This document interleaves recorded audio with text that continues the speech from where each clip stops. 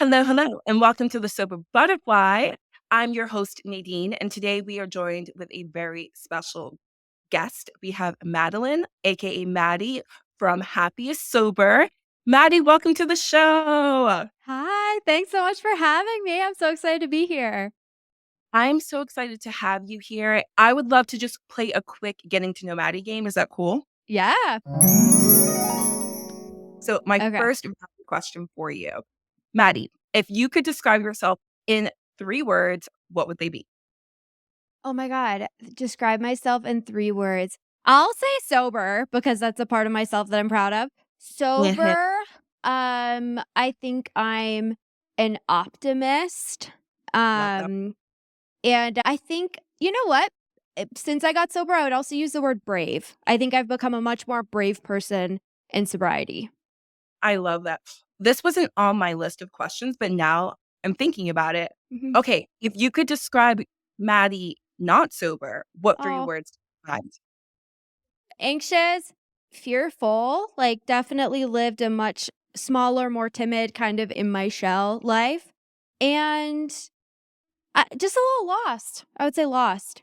Yeah, that's fair. I was listening to your podcast, Happiest Sober, which I love. I'm going to plug that in the show notes in case people want to listen as well. And there was one episode that you did where you gave a little bit of insight into your sober journey. Something that you mentioned was this idea of like your first drunk experience Yeah. being a blackout experience, correct?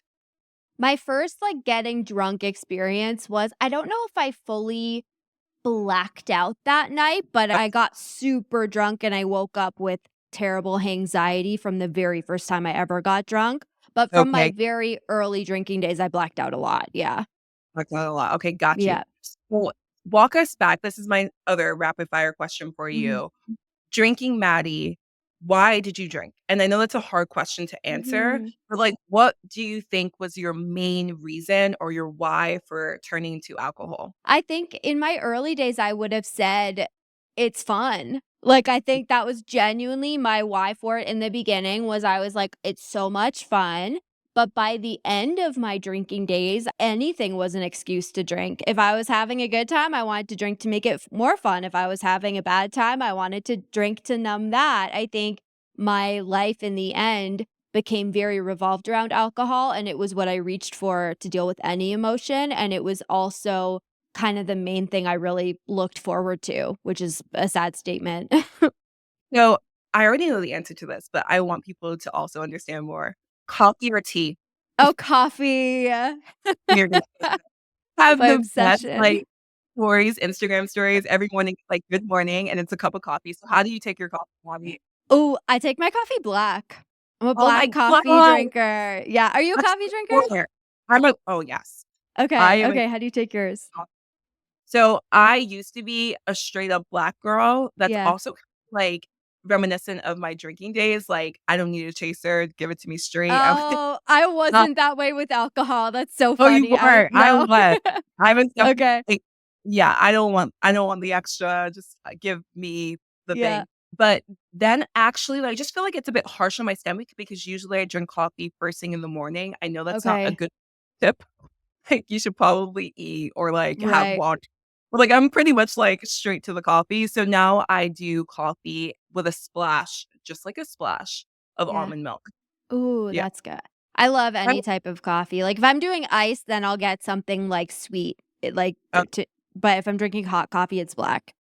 that's so funny. I'm the opposite. If I'm doing ice, the ice literally, like, dilutes it, so I'm Oh, good. I don't need anything else. interesting. Yeah, it's so funny how that works. Okay. Yeah. Anyway, and one more rapid fire question for Okay. you. Okay, I know that you have run some really cool sober trips Mhm. with your community. I definitely saw Costa Rica. Where else have you gone? Croatia. So I've done Costa Rica Which and Croatia are the 2 sober trips I've done. that's incredible. So if you could live anywhere in the world for a year, where would it be? And Ooh. Okay, so I lived in Australia for a year, and oh, so that's where I did some of my worst drinking, and mm, now at this stage of my life, I would love to go back and do Australia sober. So that's still my answer. I would do Australia again, but I would do it right this time and I would do it sober. that's beautiful. Give us a little bit more on that? Like, how old were you when you did this? Was this a study abroad? Like, what was the setup like? So I was 24 and I had just gotten out of a 5-year relationship. And I had actually like already done school and I was working a job in my industry. I was at the beginning of my career. But then getting out of that relationship, I kind of had this like, you know what? I'm still young. I'm not tied down. Like, this is kind of the time. So I just quit my job and I went. And this is one of my like, and I won't say I regret it because I think it was a super important part of my journey, but it's the thing that I've felt the most regret about for sure is that I went there being like, this is going to be like a year of self discovery and growth. And I'm going to like, I thought it would be this awesome growth experience for me. And it got so derailed by my drinking. So I went and like, that's where my drinking really took a turn where I was drinking almost every day. And ironically, it did end up being a stepping stone to my growth because I think it was an important stepping stone to me getting sober when I did. But yeah, we'll have to go back and do it again sober. Oh, I see that in the future for you. Oh, you can I make hope it happen. so. I hope so. That's incredible. I've been to close to 50 countries, never been to Australia. Wow. It's high No on my way. list. Oh, okay, you have to message me when you go Oh, and we'll I chat about it. That's amazing. You've been to 50 countries?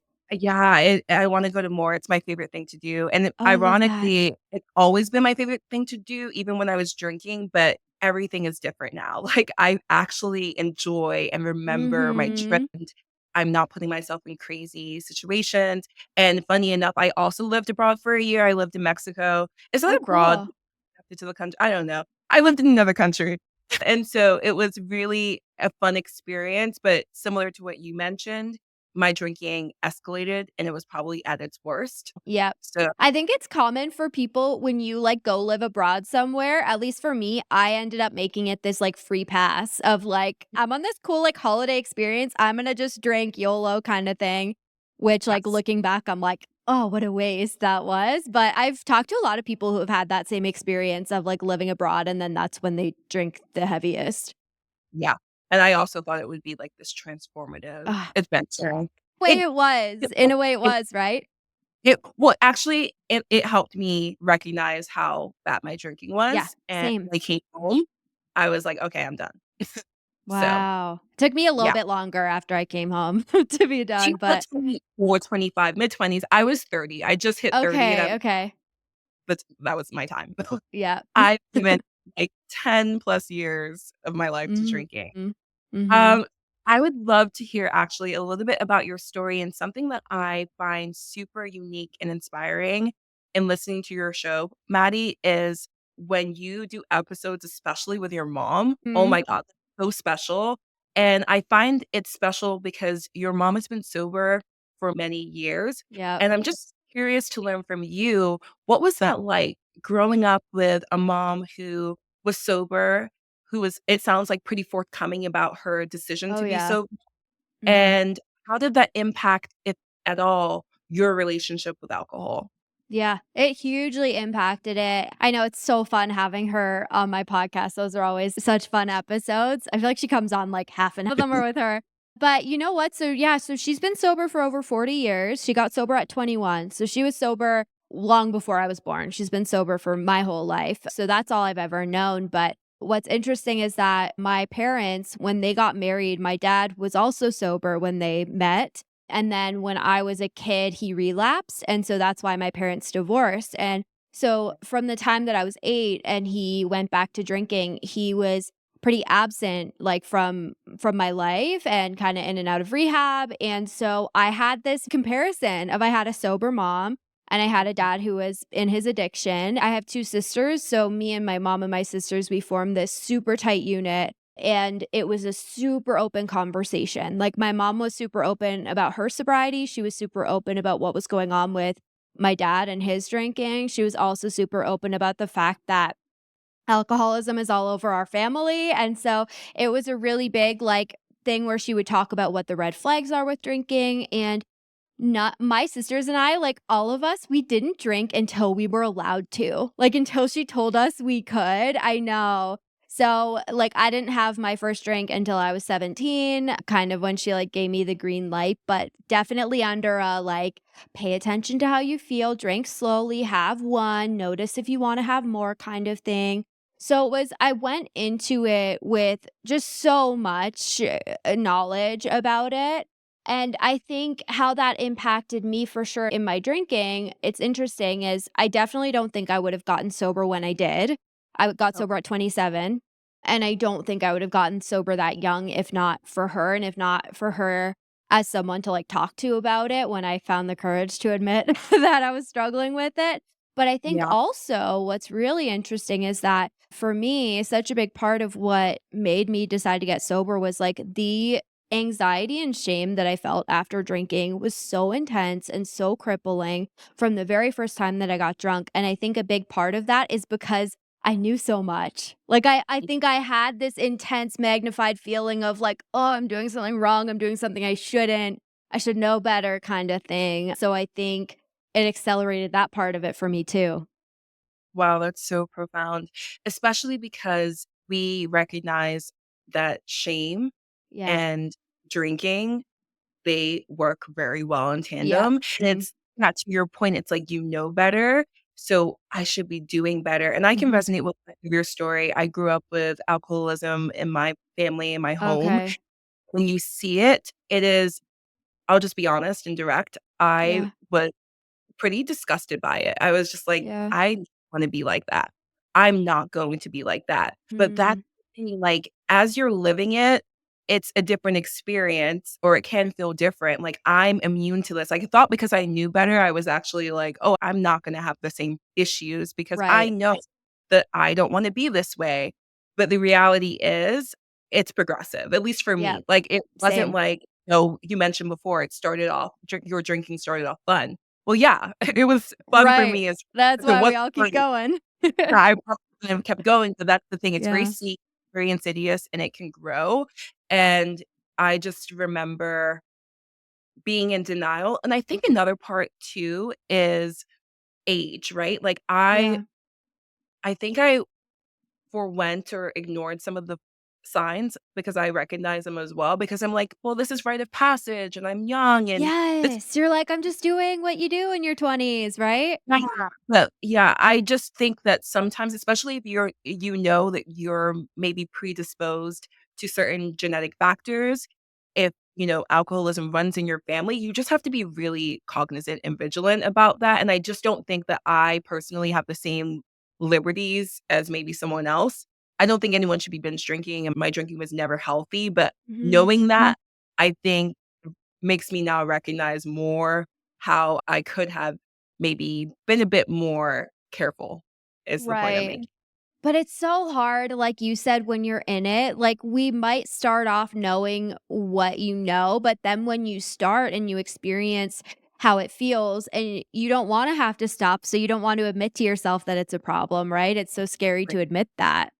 Exactly.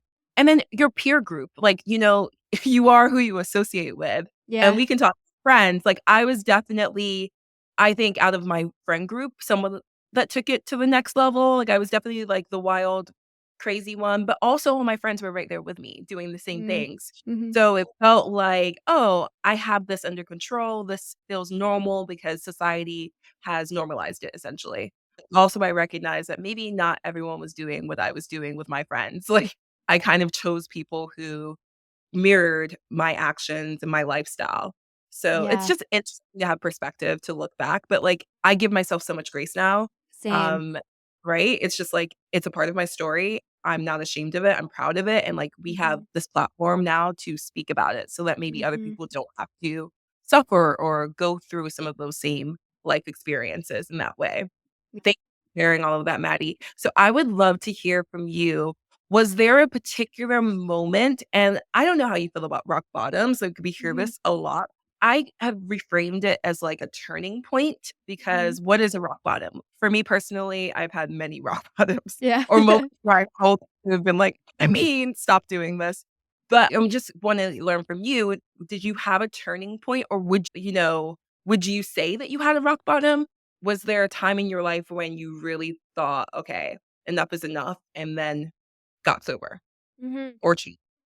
I would say I had an emotional rock bottom, like, my rock bottom was internal, and it's so interesting because, and I know you can relate, you just said you would say you had several rock bottoms, and I think so many of us can look back on our drinking days and be like, "That could have been my bottom, that could have been my bottom, that could have," right? Like, things that happened, and I definitely had things that gave me little moments of awareness. Like I had, at the end of 2019, I blacked out at my work Christmas party, and that was a real low for me. And it pushed me to do dry January for the first time, but I was nowhere ready to actually get sober and carry on with it at that point. But what I think is so interesting is that my like I'm done moment came after the most uneventful night of drinking ever. Like I had stumbled upon the sober online movement, and I was like starting to hear it talked about in ways that I had never heard it talked about before of, because of having grown up with, my mom who went to AA and my parents and the way that we talked about it. I always struggled around the question like, am I an alcoholic? And not knowing whether I fit that box or whether, and in my opinion, I felt like, okay, if I'm an alcoholic, I have to get sober. If I'm not an alcoholic, then I keep drinking, right? And so it made it so hard. And when I heard people talking about it for the first time of like it exists on a spectrum and all that, I was like, oh, wait a second. It was like light bulb moment. And Mhm. so I had been thinking about it. My anxiety was getting so much worse. And at this point, it was 2020, so I was in lockdown, and that was, in my mind, a permission slip to pretty much drink every day again, and so I was feeling those effects so much more, and so what actually ended up happening was my one of my best friends came over, and we did, like, a socially distant a night of drinks in my backyard, and I was literally with, like, my best friend, and nothing went wrong, nothing happened, but I got way too drunk as always, and then I remember going inside and I passed out on the couch, TV on, lights on, makeup on, all that, and I woke up in the morning and I had a text from her saying like, "I love you so much. Thanks for such a lovely night." Like blah blah blah. Blah. No reason for me to hate myself and feel crippled with anxiety, but I was. And it was just this crystal clear, I cannot stand to feel this way anymore. I can't keep feeling this way. I can't keep living this way. Like I have to be done. And that wasn't my last day one. But that was when I made the decision, and so that's what really sticks out to me, as, like, the moment of clarity for me. That planted a seed for you. Like, that moment of waking up and feeling maybe out of control, even though your Mhm. friend affirmed that, "Oh, we had a good time." It's Yes. not knowing, right? It's like, "Oh, did I say something? Did I do something Uh-huh. mad at me?" And, yeah, I can relate so much to the anxiety. I wanna learn a little bit more about your drinking because I drank large, copious amount, Mm, and I it's interesting. I don't know if, like, my mission was, quote, "to black out," but yeah. my mission to feel something. Like, I wanted to feel the impact of my drinking. Like, I wanted to know it was, quote, "working" for me.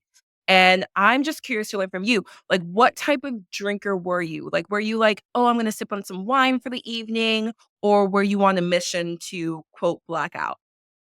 I was on a mission to get drunk. I don't know Yeah, that I was necessarily on a mission to, like, black out because it was so anxiety inducing for me when I did, but, like, I was always on a mission to get drunk. Like, I was yeah, never like, "Let me have a couple drinks," you know? yeah, I was yeah. definitely there to drink a lot, and I was a wine drinker, and I feel like when I switched to wine, that was also kind of a turn. Like, the amount that I could drink, I saw it increasing. Like, I remember in my earlier drinking days being like, "Oh my god, if I finish a bottle of wine, I'm, like, fucked." And then by the end of my drinking days, I'm like, "I had for sure more than 2 bottles of wine Yeah. yesterday," right? So that increasing, but no, I was there t to drink heavily. Same, and there's something specific about wine. I was also a wine drinker. Mhm. I don't know, I think I dismissed the amount, the quantity that I was drinking because there was this level of, like, sophistication. This is what I Yes. would tell myself. Like, I would Yes. delude myself into thinking, "Oh, I'm entering, like, my grown and sexy era. Like, this is fine. Like, it's just wine. I'm not drinking a handle of Tito's." But the reality is it's still alcohol, and it's just interesting about the marketing and the way that we're kind of brainwashed into believing that this is considered better than, say, like, a hard liquor. Oh, I couldn't agree more. Like in my like school party days, I was like vodka mixed drinks and like coolers and all that. And then I remember switching to when I started my career, feeling like, oh, like feeling like if I had come home at the end of the workday and poured like a vodka drink, that would be a red flag. But coming home at the end of the workday and pouring a glass of wine, you're just a grown up having Yeah. a glass, right? Like it feels different in your head, and it's not. You're still drinking alcohol, but there is this funny like marketing around it that makes you feel like, oh, it's just like a classy wine night. Yeah, until the bottles start mounting. Hmm. I remember one of my first roommates in New York, she came home, she didn't drink actually. So pretty much the only sober person that I knew, and she wasn't fun. So she she wasn't like a good representative of the community. But like one day she tried to have like I kid you not, I can remember it. Like she came into the living room from the kitchen with like the bag of recyclables, and all I hear is like clink. Oh no. It goes, "Hey girl, did you drink all of this, like, this week? Because I just took the recycling out a few days ago and, like, there's a lot of bottles here." And it was all wine, and I just remember I was drinking wine at the time to add Yeah. insult to injury, and I was just like, "Oh, I had some people over." Nobody came over, Maddie. It was Right. all it's like, I still, to your point, like, didn't think it was a problem because those weren't handles of hard liquor. It's just wine, girl, and I'm Yep. stressed, and I'm in my 20s, and I need this. Like, that's what I thought. It was so ingrained or interwoven into my day-to-day routine, like, come home, wine. Like, Yep. that's it. Like, wine and maybe I'm gonna watch something on TV, maybe I'm gonna read a book, maybe I'm gonna talk on the phone, but wine was always the common denominator, and that's the And the scary main part. event, right? And the Like, main it's like you're doing something, but you're drinking wine while you're doing it, and you're pretending like the thing you're doing is the activity while you're having wine, but in reality, the wine is the activity while you're doing something life is else. the best event. I love how you Yes. framed that. It was all about that. Everything else was secondary. It Yep. was like supporting character, but yeah, Mhm. I wanted to drink. Yep. Like that was Same. my main hobby, my main squeeze, my main love. And yeah, it feels great to not be tethered or a slave to a substance Yes. anymore, right? Yes. Mhm. I used to So hate the question, like, "What do you like to do for fun?" Because I knew my honest answer was drink, get drunk, but I was like, "Well, that doesn't sound good to answer." yeah, it was a setup. We're like, "What did you do this weekend?" It's like, "Oh, what did you do this weekend? Right. How cool you are." This is what I would tell myself. "How cool are you? Can I divulge, like, what I really did, or are you gonna judge Right. me?" But, yeah, it just felt, like, very much normal, for Mhm. me until Mhm. I realized that, like, I don't like how I feel, and so you mentioned Yeah. anxiety as being a pain point for you. Mhm. And then you mentioned, like, so you did your first dry January, situation after anxiety-inducing experience from your work Mhm. party. Um, and then you kind of, I think, let me know if I'm wrong here, that was your first attempt at removing alcohol from your life. And I know you've mentioned before that you've had several, like, day ones. So can you walk us through, like, what that progression was like from you starting to get sober curious and recognizing that you wanted to change your relationship with alcohol and it finally, like, sticking? Because I feel like you have amazing insights. I've seen some content that you've made around just this idea of everything worked in culmination to get you to the place to where Mhm. you actually ready. So, yeah, tell us a little bit about, like, what that's like. Yeah, so I did that dry January at the start of 2020, and it's really interesting. I'll just say quickly, especially I think this is coming out in February, right? That dry January, I actually came away from it being like, okay, this just proves sobriety is not for me because I found it so I know. I found it so hard. I remember like the weekend would be approaching and I was like, "Oh my god, I have nothing to look forward to. What am I going to do with myself?" And so I like counted down. I stayed up till midnight, January 31st, to pour a glass of wine at midnight.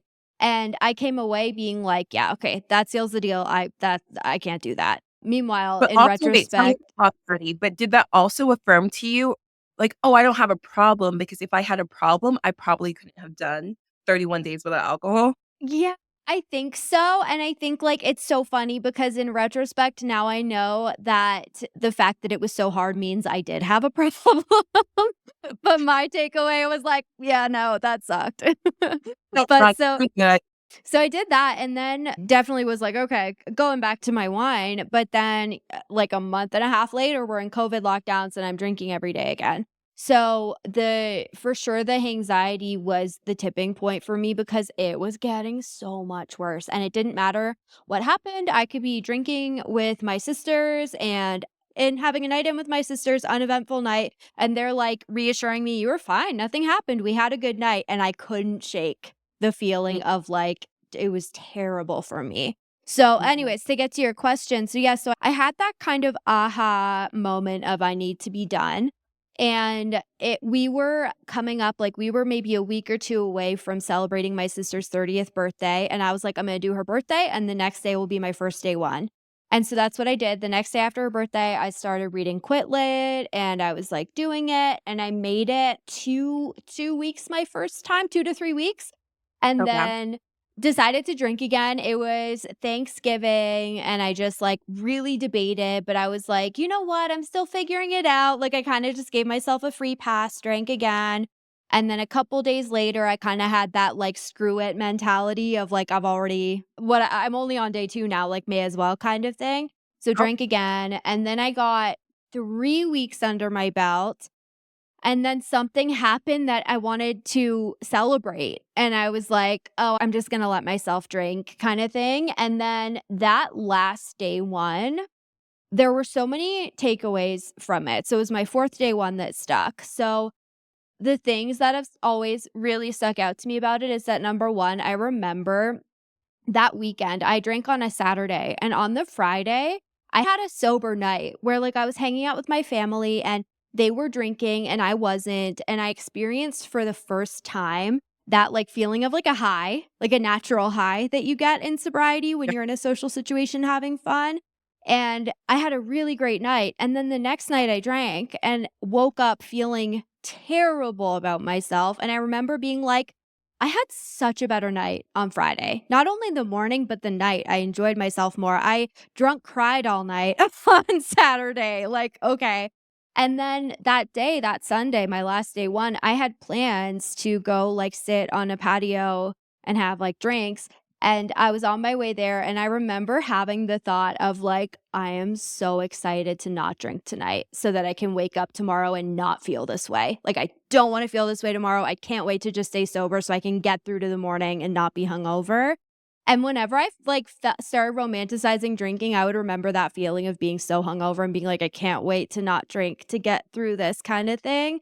And then the thing that really stuck out for me, though, about all of that kind of back and forth was I recognized after that last time drinking, I was like, I can see a cycle happening here.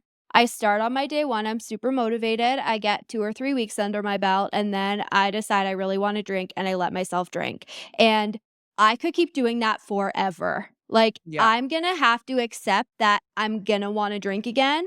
And I'm gonna have to sit through the discomfort of wanting a drink and not drinking through it. And it was kind of this light bulb moment of like realizing that being sober means feeling uncomfortable, means feeling all of our feelings, including the feeling of wanting a drink, and I just Mhm. made this kind of, like, commitment to myself of being like, "I'm not gonna stick with this if I give myself a free pass or if I want to escape my feelings, like, I have to be willing to feel it all," and that was something that, like, fueled me big time. That's powerful. You know what's interesting? I had a similar reckoning where I would hype up the idea of not drinking so much more than or like the how bad it would feel not to drink when I got that craving or when I felt that urge or trigger. Yeah. It actually the actual trigger or craving or urge was never as bad as like what I made it out to be in my mind. Oh, Does that make that's such a good realization. It's like almost like when people I actually love to work out, but, like, this is a common anecdote that I hear, like, "Oh, I don't wanna go to the gym. I can't." I like, people work themselves up and then, like, go and they're like, "Oh, actually, this isn't that bad." And then afterwards, I Mm. feel so good. So, and that just reminds me because yeah, I was afraid of so many things about Mhm. sobriety, and I treated it like a social experiment. I actually found it really interesting that you weren't a moderation girl. Like, you were, like, all in, like, all the time. Like, most people are like, "I'm gonna try to scale back and just have 2," but you were like, "Nope, I'm done."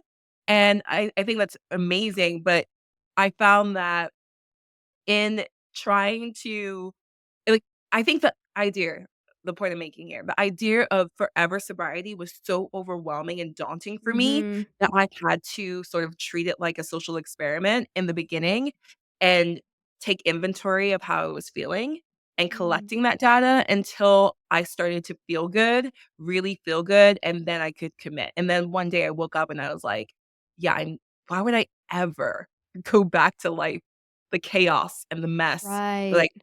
myself. Like, it just makes no sense. Like, the proof is in the pudding. Like, I'm looking at Yeah. my life, feel better, I look better. So, I love everything that you shared, and I love that you were just, "Yeah, I can't wait to never feel like this again," and I know just having that, like, realization that I know I'm gonna have this feeling again, and Mm.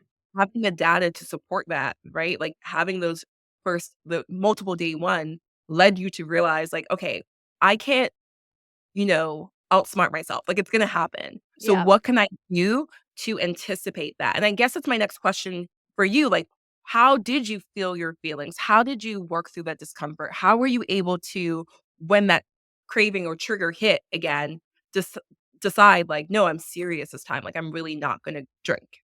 I think for me, especially like you pointed out, like having those back and forth experiences of feeling how it feels to feel good versus like comparing how I would feel after drinking. And I think honestly, like the number one tool for me whenever I felt that feeling of really wanting a drink was like to just play the tape forward. Like it's just like for me, because such a big part of my why, like, I wasn't someone who, when I drank, chaos happened typically. Like, I was someone who, like, from the outside, if you knew me in my drinking days, you'd be like, "She loves to drink. She, like, loves to drink maybe a little too much," but you probably wouldn't be like, "She has a like, a lot of people in my life didn't think I had a problem because like, I would get drunk and I would usually be, like, kind of a happy drunk, whatever. So for me, it was really about, like, the next day and the aftermath of my drinking, and so whenever I felt like I really wanted to drink, like, playing the tape forward would save me because I would just be like, "However terrible it feels right now to not drink what I really want to drink will never be as bad as how it would feel tomorrow after drinking," right? And it's realizing that, like, you want one part of it which is like the relief or whatever it is that you want in that moment, whether it's because you miss it or you feel like it would be fun or you're having a bad day, you wanna take the edge off. You want that Yeah. piece of it, but that piece doesn't come without all the other stuff, like they're a package deal, right? Mm, So, I think just really reminding myself of that truth, and I had lots of tools at my disposal for sure, like, I joined an online support group. I had my mom who, like, had calls with her every day, and she was, like, my rock through all of that. I read a ton of Quit Lit. Would, talk about how I was feeling. I was very intentional about routines in my life in sobriety, and so I definitely just used all the tools that I have, but I also was just a big believer in taking on the belief of like, I can survive my feelings. I can mm, freaking sit through it. This is not going to kill me. This is not going to take me down. It will pass. And then what happened was the more I did that, I became so freaking proud of myself. That yeah. became the feeling I wanted to chase. Like for me, every time I would like maybe get through a hard night, then like in the morning I would wake up and I would be like, I'm so freaking proud of myself. And then I didn't want to lose that feeling. And not only was I proud of myself for getting sober time under my belt or getting through a hard time, I became proud of like the person I was in sobriety. And that compared to years of feeling so ashamed of who I was, waking up and being like feeling like the worst freaking version of myself and then finally feeling like I'm the best version of myself right now. I feel good about myself. Like then I didn't want to lose that and that really kept me going. That is beautiful to hear. Yeah, leaning into the growth and feeling proud, replacing the shame, the anxiety, the Mhm. pain with something that you're proud of is so important. I love that reframing and Yeah. chasing positive thing to chase a natural high, being your Yeah. authentic self. I absolutely love all of that. And I feel like that's a big takeaway. So if anyone is struggling with how do I stop or like how do I, not give in to a craving, it's like, yeah, play the tape forward. That's really Mhm. powerful. That's something that you know, insanity is doing the same thing, expecting Yeah. different you Right. already gonna end. Like, you are Mhm. well, that's the You've thing, done like, it so many times, yeah. yeah. Yeah, and the thing is, like, yeah, it's discomfort, right? It's like, "Oh, like, I don't want to feel uncomfortable, so I'm gonna keep doing Mhm. what I know," but, like, that is also the thing that's slowly killing me, and it sounds like, I was chaotic, by the way, like, I Mhm. bad things happened to me, I put myself in bad situations, and Yeah. I would run crazy wild nights, but I more often, especially towards the end, had a lot of, like, just moments where the next day I was literally the anxiety was because I really did something. Um, Right, and I'm not saying I so never did. I definitely did have a lot of screw ups too, but, like, generally, yeah. yeah, so, like, having those moments, I was just like, "Yeah, this is not sustainable, first of all," but it was just eye-opening for me, and the point I was gonna make is it sounds like people don't recognize because people are split for me, split camp. Some people were like, "Yeah, it was time, Nadine." And then other people were like, "No, Nadine likes to drink," but, like, I Yeah. problem. But the point I'm making is, like, the internal chaos as well was overwhelming, and that's the thing, Yeah. like, it doesn't matter what other people think about your drinking. How do you Mhm. feel about your drinking? Because I think Yes. sometimes like, mostly, if not always, and I love before you reference the spectrum because, Mhm. yeah, it's easy to continue to delude yourself and pretend that you don't have, quote, "a problem" because you don't identify as being a full-blown alcoholic versus it's a spectrum, babe. Like, where Mhm. are you on that spectrum? And, like, I would argue at different points in my life, it would ebb and flow. Yeah. No, it wasn't like every year of my life in my 20s, I was drinking every day. It it just depended on where I was, and Mm. usually my drinking was a direct mirror to my inner world and how I was feeling about myself, usually. Right. Yeah. I love all of that. I'm gonna pause for 1 second here, Maddie, just so that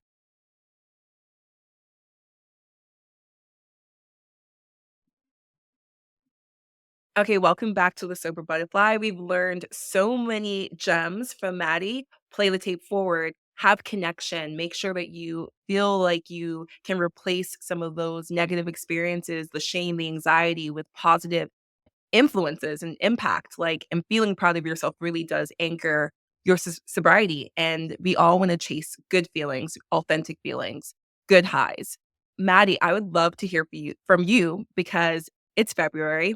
Actually, it's Mhm. January as we record this, but you guys It's about to listening, be February. A few days away. it's yeah. First of all, January is like never ending. Oh I just my god, I know. right. But when you guys listen to this, we've moved. Thankfully, we're now in February. Thank God. We're talking all about love and relationships Mhm. and sex on the podcast, and I want to learn from you, what did your dating life look like before sobriety? I know you mentioned you had your year abroad in Australia post-breakup, and we already know breakups can be life-altering and changing, and, Mhm. I would love to hear, like, how have your relationship dynamics, especially around romance, changed or shifted, if at all, from sobriety? Oh my gosh, they've shifted a lot. I shudder looking at a lot of my dating stories and my drinking days, as I think most of us do.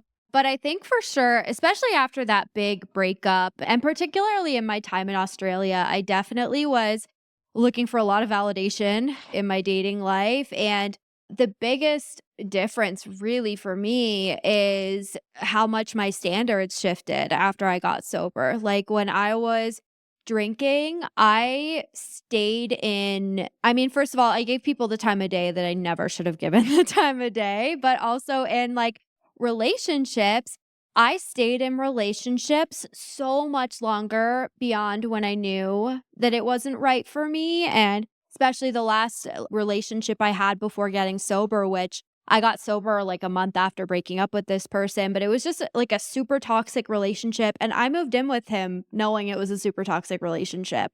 And I Yeah. think something that has shifted in sobriety for me is, first of all, like definitely just my standards got so much higher, but also I stopped like wasting time sticking around in things once I knew they weren't right. It's almost like once you get honest with yourself to get sober, you can't not be honest with yourself in, like, other areas too, so there were just I feel like I had lots of first dates that were not second dates, and I had shorter relationships because it's like once I know and I can't lie to myself and I'm out.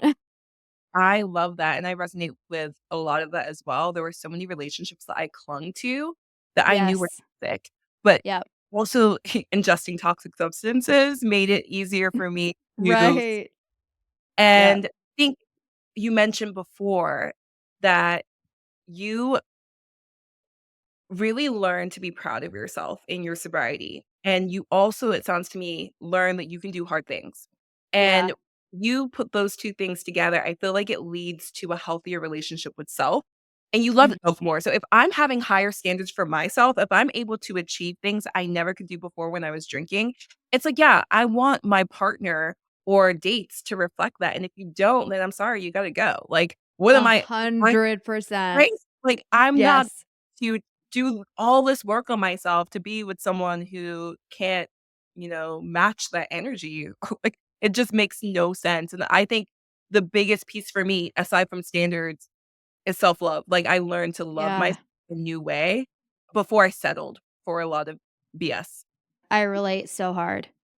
That is beautiful, and what were some because you mentioned that you have had anxiety before. Did you Mhm. experience any anxiety when it came time to start dating sober? Yes.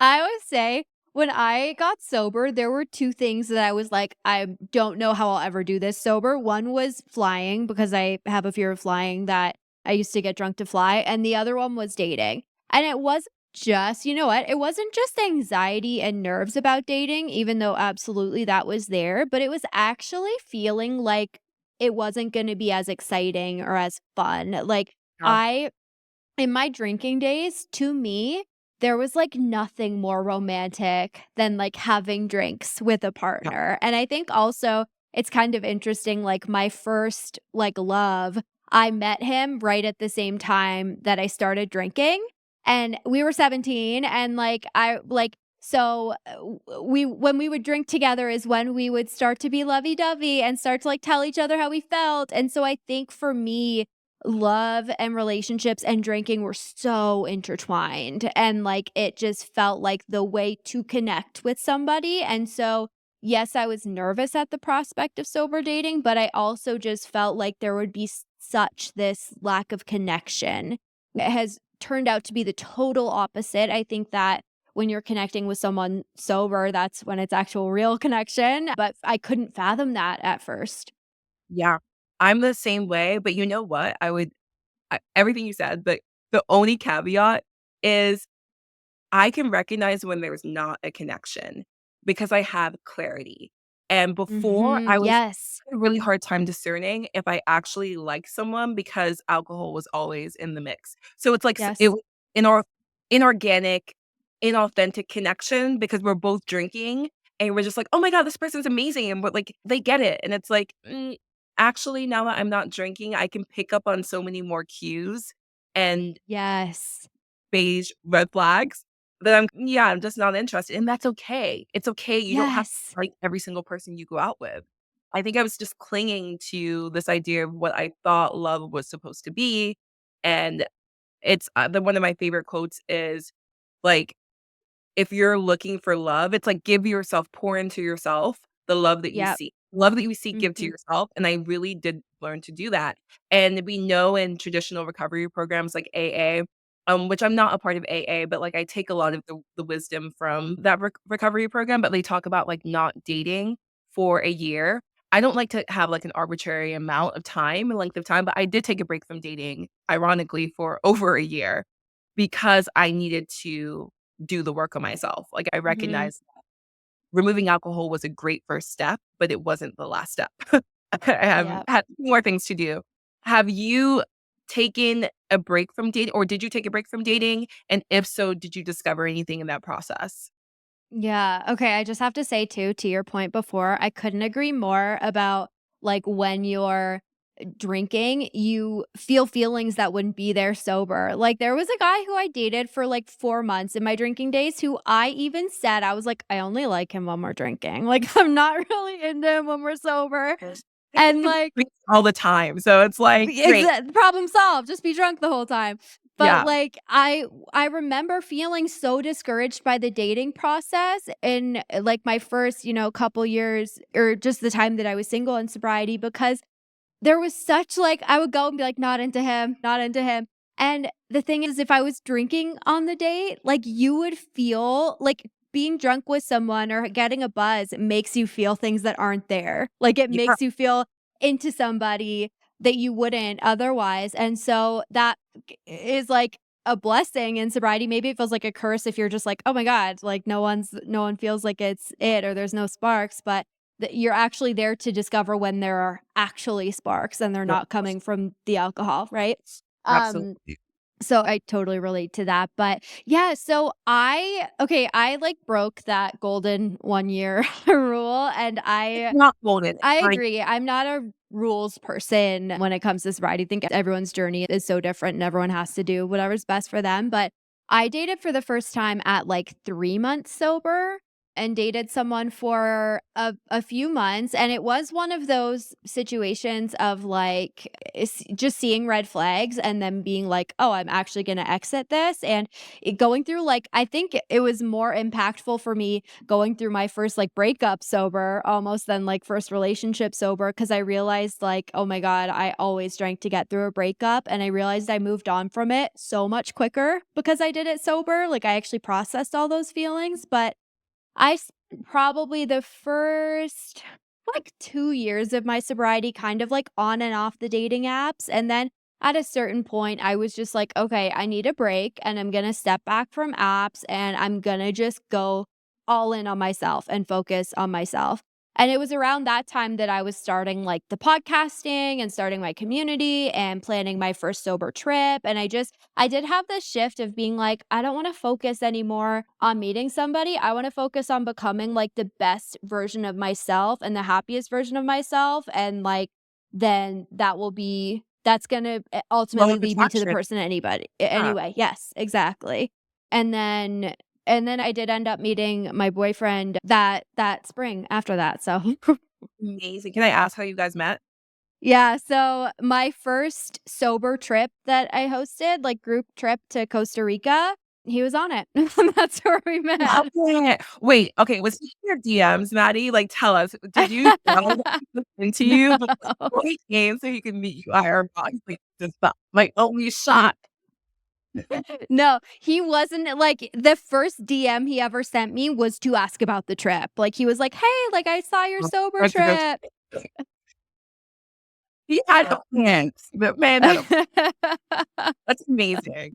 That is really Yeah, it was a really fun way to meet him, and it was like, oh my god, such an awesome trip and such an awesome group of people, and I stayed in touch with everybody after that trip, and him and I stayed in touch, and then we got together, like, a few months after. I love that. Okay, so going back to before when we talked about what I found super unique and when I say unique, it's, like, unique for me because I didn't realize that other people felt this way, which is, like, sober dating, it can be a little disheartening because you feel Yes. like you're not making connections with people, and you're like, Yes. "Well, this is boring," or, like, you start romanticizing maybe alcohol where it was so much easier Yes. to Yes. forge those connections. So, I wanna learn from you, like because sometimes I guess I have a hard time personally deciphering or not conflating intensity with intimacy.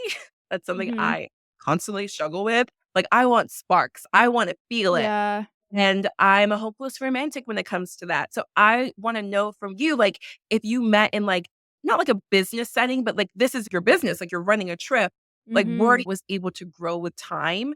Because I think, that's something I need to work on personally. I'm like, I maybe need to have be friends with someone and then grow into, like, something romantic. So asking for a friend/me slash me also for like, what was that experience like when you met him IRL, and how does that connect to what you were talking about before dating in sobriety?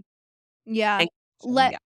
Let me say I relate so hard with like, I felt so discouraged by dating for a while for that exact reason. Like, I remember having those moments and saying to my mom, like, this was just easier when I could drink. Like, I'm like not feeling a connection with anybody. And I knew in my mind that the only reason it felt easier drinking was because it made me feel a connection with people that there was no connection with, but it still Yeah. can just feel disheartening, right? But I think really what's happening is, like, you're not blind to red flags anymore when you're drinking, and your standards are so much higher, and now you're actually there to not waste your time with people who there's no connection with, right? So I totally have felt that too. As for your question about when we met, like, yeah, it was an interesting way to meet because 'cause I'm there and I'm, like, the host of the trip, so my mind was, like, not there at all. Like, I was not there with any agenda of meeting anybody and didn't, like, think that was gonna be a thing or a possibility, and I definitely like, there were definitely like, I liked him, like, and he ended up staying he and one of the other girls on the trip ended up staying the 3 of us were there 1 extra night, Okay. and so then we got more time in, like, a smaller group, the 3 of us, and so by the end of the trip, yeah, like, I did like him for sure, but I wasn't thinking that way being Yeah. there, if that makes sense, because the trip wasn't about that. But you felt like a connection. Yeah, I definitely did. That's beautiful. Okay, that gives us all hope. Like, I Yeah, felt connection since then, but I just think for anyone, because that's a common question I get from people, like, yeah. "Well, like, how do I discern if I'm connecting with people? Like, is this normal to, like, not feel a sense of, like, oh, I like this,' even attraction?" Like, I'm like, "Oh," like, Yes. sometimes I feel like I'm nitpicking, I'm like, there's no buffer, so I'm just kinda, like, watching and observing everything and not even judging, but kind of just like, yeah, this was easier when I was drinking, like, I could forego and forgive a lot more than I can now. Okay, let me say, like, I felt that too of, like there was even a guy who I dated who I met on an app who was like, oh my god, he was so sweet, and he did everything right, and I kept seeing him because I was like, "You know what? Sometimes it's a slow burn, and this guy deserves a second date, and he deserves a third date, and I will get there, and I'm gonna like him because he, like, checks every box and is such a good, sweet, nice guy, whatever," and it just wasn't there for me. We're bored. Um You were bored. E Yeah. or just, like, from the get-go, there just wasn't, like, attraction or a spark, and I tried to force it because he was just such a nice guy, and I felt that same way of worrying, like, what connection would feel like dating sober because I wasn't finding it, but then when I did, it was, like, unmistakable, like, I knew that I liked him and, like, we're long distance. He lives in Denver, I live in Toronto. So it was even, like, crossing into more than friendship was, like, there were so many question marks around it, right, because of the circumstances of that, but it felt worth it because there was a strong connection, so it was unmistakable. So it does exist in sobriety, it does. I love it. And be honest with us, Maddie, you overcame your fear of flying because you wanted to go to Denver. Man, I like, I had flown sober a few times already, but yes, I regularly tell him, "I get on planes lots, and I hate flying," and, like, you're like, that says something. I'm there. I love that so much. Okay, I kinda wanna get into it because you mentioned apps. I'm a millennial girly. I think Mhm, millennials, Gen Z, we're on the apps. I mean, like, it's really not impossible, but it's hard to meet people IRL, even if you live in a big city mhm. like Toronto or New York. So, I want to know from you, like, these are questions I've been asked. So, dating app, are you putting well, you're happily in a No, relationship. but I was on them, I was on them. When you were on them, were you putting visibly in your bio or on whatever the page is called, were you listing anywhere that you were sober?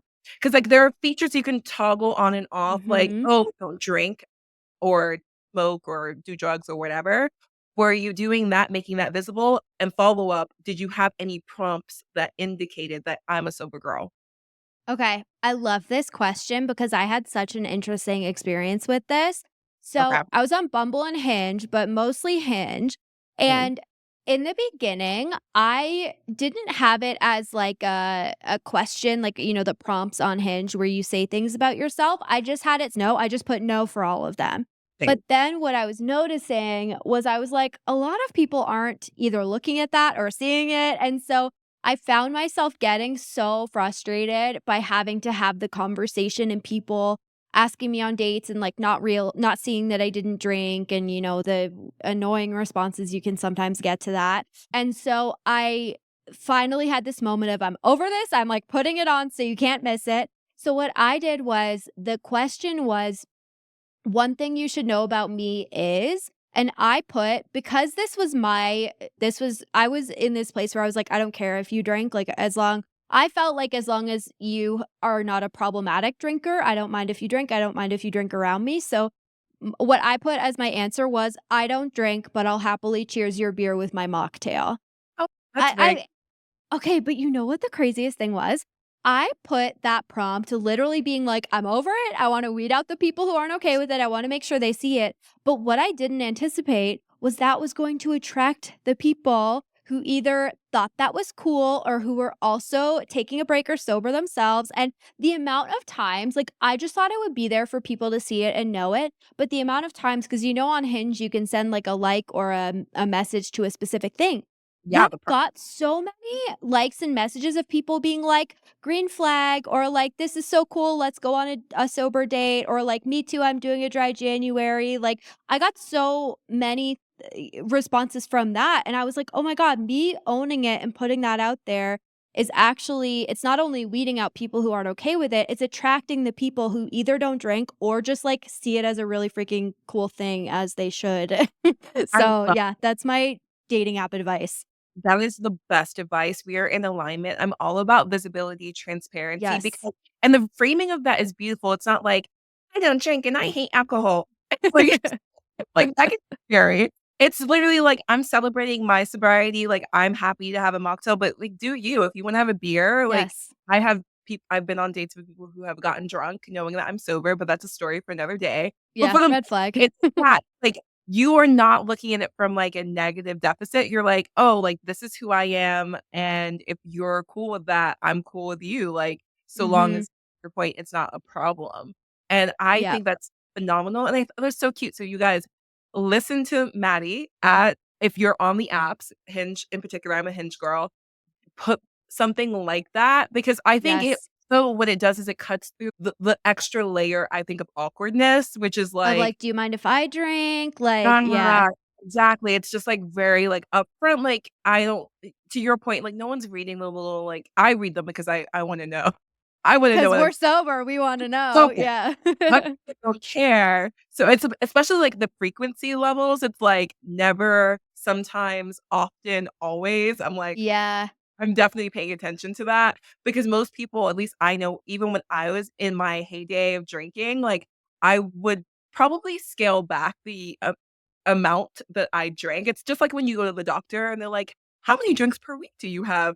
And I'm like, 2. I will look you dead in your eye, doc, and I'll be like, 2, the healthy amount, whatever the recommendation is. So I feel like that we usually present their best version of self, as you I did probably the same. I remember, like, in my drinking days I think at that time it was Bumble, and it was like you can either say, like, often or socially or something, and I yes. put socially, and then I remember the guy who I met on Bumble and dated for a while called me out one time and was like, "You should have put frequently."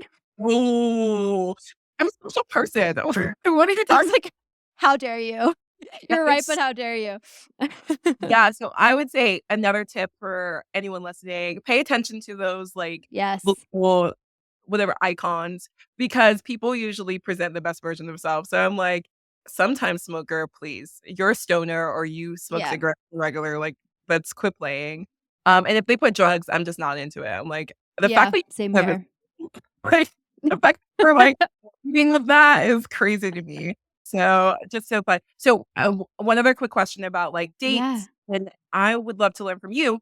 Were you ever, quote, "disqualified," and I hate the framing of that, but, like, this is a question that's been posed. Were you ever disqualified for being sober? Like, has anyone ever been like, not into it, don't wanna date a sober girl, thanks for" Okay. I had this really funny experience one time where it wasn't necessarily that, but it was a guy who I'd matched with and we had a date planned and it was for that weekend. And we were like messaging back and forth leading up to the date, like a couple days before, and said, "What's your drink of choice?" And I said, like, "Oh, I don't drink, but like I love a mocktail kind of thing." And then he tries to call me and he's like, "Call me, I have a question for you." And I was like, "I'm out." And I think I texted him back the next day and was like, "Hey, what was your question?" And he's like, "Call me." So I get on the phone with this guy and he immediately goes like so "Why don't you drink?" And exactly like that in that tone, and he goes like, "I don't know if you like." I think I gave him a really short answer, and I was like, "Didn't really love how it made me feel, didn't love being hungover." And then he goes, "Okay, so, like, you didn't, like, go to rehab or anything?"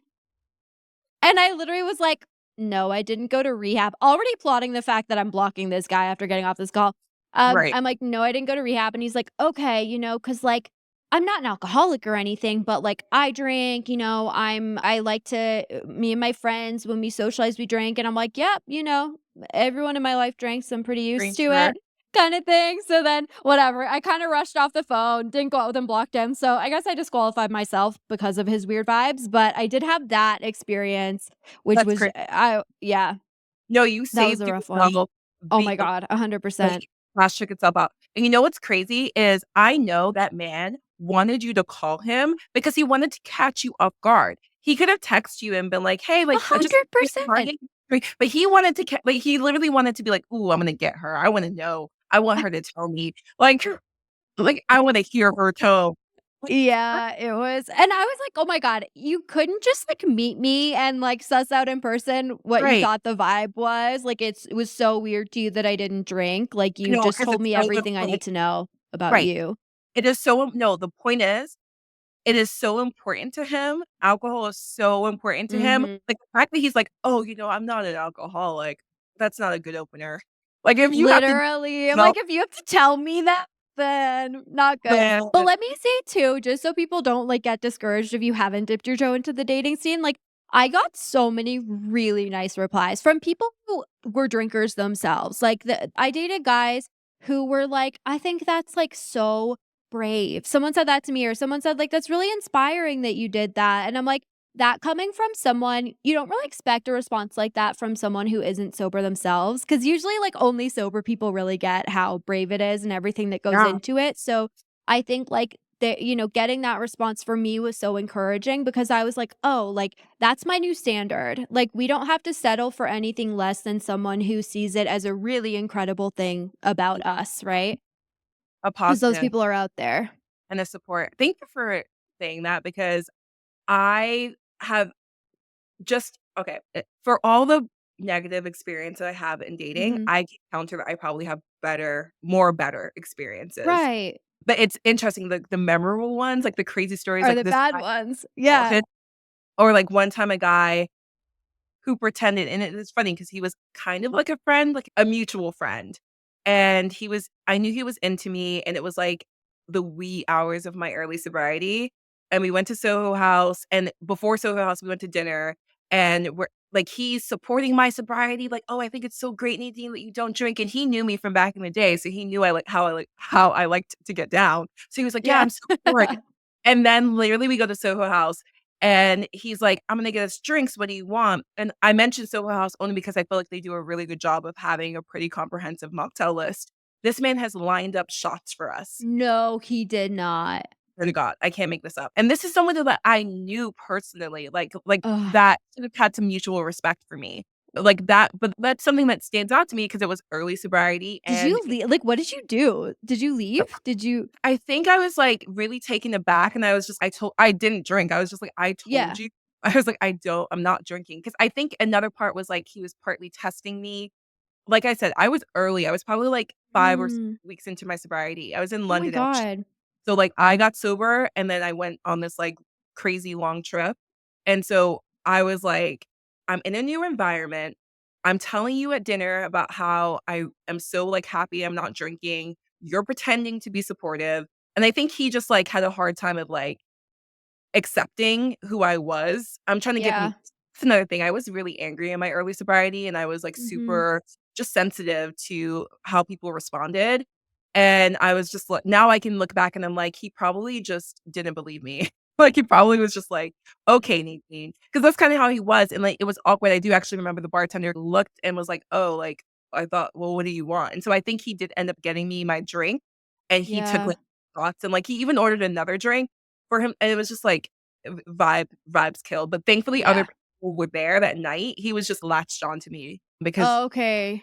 but other people were there and I was just, "You asshole," like, Anyway, there were a lot of positive experiences, Yeah. and that's not an example. That's a non-example, but anyone that doesn't respect your sobriety, I think that's a deal breaker, right? Like that's just a 100%. And you know what? What a gift to have such an immediate thing to weed people out. Like, that's how I view it. I'm like, it is something that, like, when you're dating as a drinker, you don't have that, like, test so early on of like, yeah, you know how someone responds, like, by how they respond to the fact that you don't drink. That's like such a great test right off the bat on like whether it's worth continuing. that's the litmus test, right? I like that. That's Yeah. a great reframe. It's like, all right, I can tell right now because it's not just alcohol, right? If you don't respect this about me, there are Mhm. going to be other things that come up, Yeah. and you just don't take me seriously as a person, and that's Yeah. problematic for me. That is Yes. very problematic. And it's I like, don't just respect it, but also celebrate it. Like, Yeah, literally, like, thank you. it deserves to be celebrated. It's absolutely worth celebrating. Okay, Mhm. speaking of, I would love to celebrate some of the accomplishments that you've done because you mentioned before, like when you were describing the archetype of Maddie before sobriety, like you were fearful and you had anxiety, and now you described yourself as courageous or brave. And I would just love to learn from you. What are some ways in which you've really stretched yourself or grown in your sobriety? Mhm. And let me say that shifting from, like, being a very anxious, fearful person to feeling like I'm brave doesn't mean that I am not still anxious and fearful. It means that I do things despite I being love anxious and that. fearful. Like, So it's yeah, it's not like the absence of any of that. It's that I think genuinely just, like, getting sober and doing something so scary and so hard that requires being uncomfortable made me so much more willing to be uncomfortable in like other areas of my life too. And so I think that is just something where I have been willing to stretch myself. And a really great example of that is I counted actually recently. I've done 32 sober flights. As someone who like 28 of those were to Denver. I'm joking. a lot of them were to Denver. But, like, as someone who I used to get drunk to get on a plane, and the first time I flew sober, I was crying at takeoff, like, so like, a really intense fear, and it's still I'm not fully comfortable, I'm still a nervous flyer, but I've made so much progress there, and I think just oh my gosh, so many things, like, being on having a podcast, being on a podcast, showing up online, I could never dream of doing something like that in my drinking days because I would be way too scared. Like I'm not someone who does like public speaking, but I've like spoken on panels. Like I do things that, not because I'm not scared of them, but I do things because I'm willing to let myself be seen and I'm willing to like show up and do things that are out of my comfort zone. And, another example of that is hosting the sober trips. Like Yeah, being the host and like a bunch of sober people are flying out to a new country that like I've never been to either and like I'm there to kind of bring everybody together. But that's like to me the most perfect example of like how the things that are the most out of our comfort zone have like the highest reward and end up being the most incredible experiences 100%. I love that so much. I wanna learn from you. Do you know why you're afraid of flying? Like, did something happen to you? But you know what? I'm not good. This is what I've learned. I'm not good with things where I feel very out of control. So I'm not good on boats. I am a wreck. If I'm in the car and it's snowing, I'm not good, which is not great for me because I'm Canadian. I'm just not good with like, yeah, I'm out of control and I get on a plane and it feels unnatural and I feel like I could fall to my death at any moment. Like nothing There. ever happened. It's just always been there for me. I made a connection. I think I made a connection Okay. between your and your anxiety. So Okay. you have anxiety, I think. I'm not a doctor. I think you had some anxiety because you weren't in control. Because when you get drunk, you lose your inhibitions and your Mhm. ability to fully control Yep. everything, right? So I think the next day when you came fully to your senses, you're like, uh oh, like I don't even know. Even when people were assuring you like you were Yes. fine, you just didn't like being out of control. But yet it's like this duality because it's like you crave like, I don't wanna, like I'm not a doctor here, but you No, but also it's strike true. really maybe type A or like organized and like I myself think I can be a perfectionist. So it's like sometimes you Mhm. need a release from like Yes. the prison that you put yourself into, which is like the highest of standards, and I have to be this version of self. I'm like, Yes. yeah, that's really heavy to carry. So like I think a part of me drinking too was also just to be like, F it. I just want to like relax. I just want to be like I just want to like let go. So do you feel like you resonate with parts of that All of too? that, 1000%. I think you nailed it. You absolutely nailed it. Like the anxiety for sure is as someone who struggles to not be in control. Like I wasn't in control. I couldn't remember what I did. My mind would go worst case scenario. But also it is this funny thing of like I can look back now and be like, wow, how did I deal with drinking knowing I was letting go of control? And yet, that's also the thing that takes the edge off of needing to feel like you're in control. So it's this funny thing. It's like the way that we're such complex beings, I and it's know. well, it's so cool now to see Yeah. it once again gives myself so much grace. Like I learned later in life, like this year actually, or this past year, 24, that I have ADHD. I Mm, always joked about having it. I always suspected it, but like getting that official diagnosis was such a relief because I'm like, yeah. oh, that explains a lot. Like, there's a huge link between drinking alcohol and being, like, neurodivergent, Yep. and, like, I just felt like I always had a million tabs open, and as someone, like I mentioned, that can be a perfectionist, I just felt like I was never fully able to optimize my life. Drinking didn't help, but, like, I would just freak out because I'm like, I wanna always be the best, and Mm, I couldn't, and I recognize now that, like, I was self-soothing, self-medicating, everything is kinda connected, so, yeah. yeah, I love that you shared that because isn't it such a gift to be able to like identify things in sobriety that in our drinking days we would have been drinking to numb or just not been aware of, not had the clarity to work through it. And like I just for the first time in the last so like got on medication for anxiety, which is something that like I have just identified or kind of started struggling with more and was like, okay, let me get the tools to work through this, right? And I think that's something that if I was drinking, I probably wouldn't have identified that was going on in the first place, or because drinking gave me anxiety, I would have just blamed it on the alcohol, right? So we do get to, identify and work through things sober. yeah, the alcohol exasperates a Yeah. lot of the symptoms that we Yep. have connected to anxiety or ADHD, which a part of my ADHD was also anxiety inducing. I would freak out because I'm like, "Oh, yeah, what did I do?" Or like, "Why am I not performing to the best of my abilities?" And yeah, everything is connected. Thank you Yeah. also for sharing that. I am just so honored to have you on the show, Maddie. Like I've learned so much from you. I would love to open the platform. Actually, before I open the platform, I have one final question. Yeah. I could talk to you all day, I but know, I was I know literally sitting here being like, "This has flown," and I feel like yes, yeah, I this know we've been I could talk to you this call forever. forever, but I just one final question for you. Which is if you could give advice to your younger self, and that can be any Mm. younger self, like 7-year-old Maddie, 15-year-old Maddie, 25-year-old Maddie from yesterday, but if you could give any piece of advice to yourself, what would that be and Oh why? my gosh, that's hard. I feel like I get asked like what advice would you give to someone in sobriety and that feels so much easier to me than giving advice to myself, but I think for me and I think this is not just for my past self, this is for my current self, but I'm like my own worst critic. Still to this day, which is something that I'm definitely working on, but I think for sure, in my past self, my drinking self. So I think just to freaking be kind, to give myself compassion. I don't have to show up perfectly. I'm someone who, when I have struggled, I beat myself up for struggling. Like I put pressure on myself to be okay. And I think just remembering like we're all human, it's okay to go through periods where you're not okay. And it's okay to be kind to yourself through that. So I think that's to my past self, but also to my current self when I need it now too.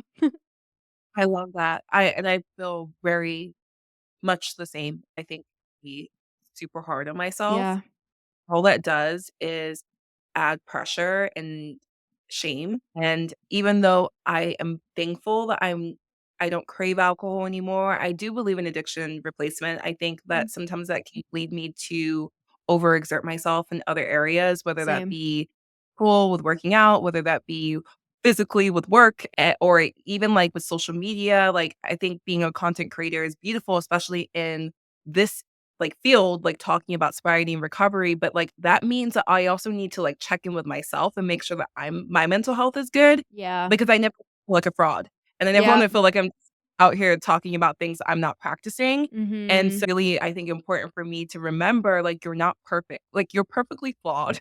You are Yes, not perfect. yes.